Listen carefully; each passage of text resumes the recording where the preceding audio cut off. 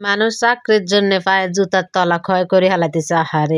আর আমরা চাকরি তো বিনা পয়সাতেই পেয়ে গেছি। বিনা পরিশ্রমে চাকরি পেয়ে গেছি। এরকম চাকরি থাকলে মানুষের আর ঘুম নিন লাগে না। সব হারাম হয়ে যাবে। তো আসসালামু আলাইকুম। কেমন আছেন সবাই? আজকে যা রান্না করেছি তাই শেয়ার করব। আসলে অর্ধেক থেকে শেয়ার করতেছি। তো আমি কিন্তু কি মুরগির মাংস রান্না করতেছি। একটা মুরগি নিয়ে আসলাম। গোটাটাই নিয়ে নিয়েছি। আজকে আর মুরগি কোনো রাখি নাই। যেহেতু শুক্রবারে সব ছেলেপেলে বাড়িতে থাকে। বাচ্চারা কতক্ষণ পর পরই খাওয়া-দাওয়া করে।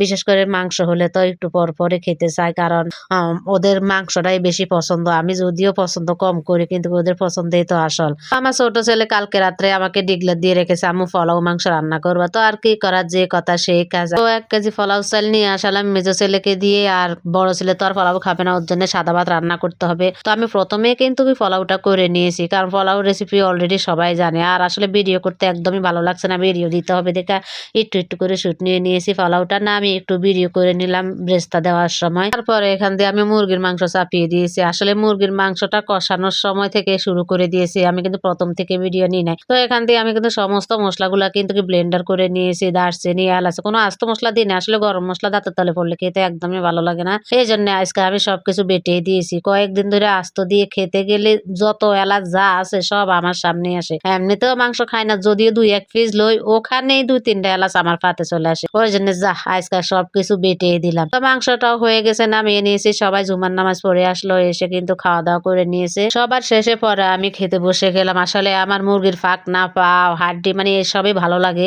এই জন্য আমি ২ পিস নিয়ে নিয়েছি। আমার পাতে সাথে তো লেবু আছে। আসলে শসা কেটে নিয়েছি, ওরা খেয়ে নিয়েছে। এখন আর আলসির জন্য শসা কাটতে আর গেলাম না। শসা কাটতে গেলে এখন সময় লাগবে, তার চেয়ে ভালো খাইনি যা আছে তা দিয়ে। তো এসব দিয়ে আমি খেতে বসে গেলাম। আমি কিন্তু পোলাও খাইতেছি, এখান থেকে কিন্তু আমার মাথা প্রচুর ঘুরতেছে। আমি পোলাও খেতে পারি না। পোলাও খেতে গেলে কিন্তু আমার মাথা প্রচুর ঘুরায়। তো আপনাদেরকে দেখানোর জন্য একটু পোলাও পাতে নিয়েছি, নিয়ে খাইতেছি মুরগির মাংস দিয়ে। পরে কিন্তু আমি ভাত খেয়েছি। পোলাওটুকু খেয়ে আমি আবার ২ চামচ ভাত নিয়ে নিয়েছি, না হলে কিন্তু আমার মাথা ঘুরানি থামবে না। এর জন্য আমি কি করলাম, আগে ভাত খেয়ে মাথাটা ঠান্ডা করলাম। ও ভিডিও শুরুতে আপনাদেরকে বললাম চাকরির কথা। এই যে এটা হচ্ছে আমার চাকরি। সকাল থেকে চাকরি শুরু হয়। সকাল ঘুম থেকে উঠে নাস্তা বানানো, দুপুরকার রান্নার আয়োজন করা, রাতের খাওয়ার আয়োজন করা, ওই করতে করতে রাত ১২টা পর্যন্ত এই চাকরির ডিউটি চলতেছে। এই চাকরির কোনো বেতন নাই। বেতন একটাই, কাজ করো আর খাও। মাঝের মধ্যে অসুস্থ হয়ে গেলে একটু মেডিসিন খাও।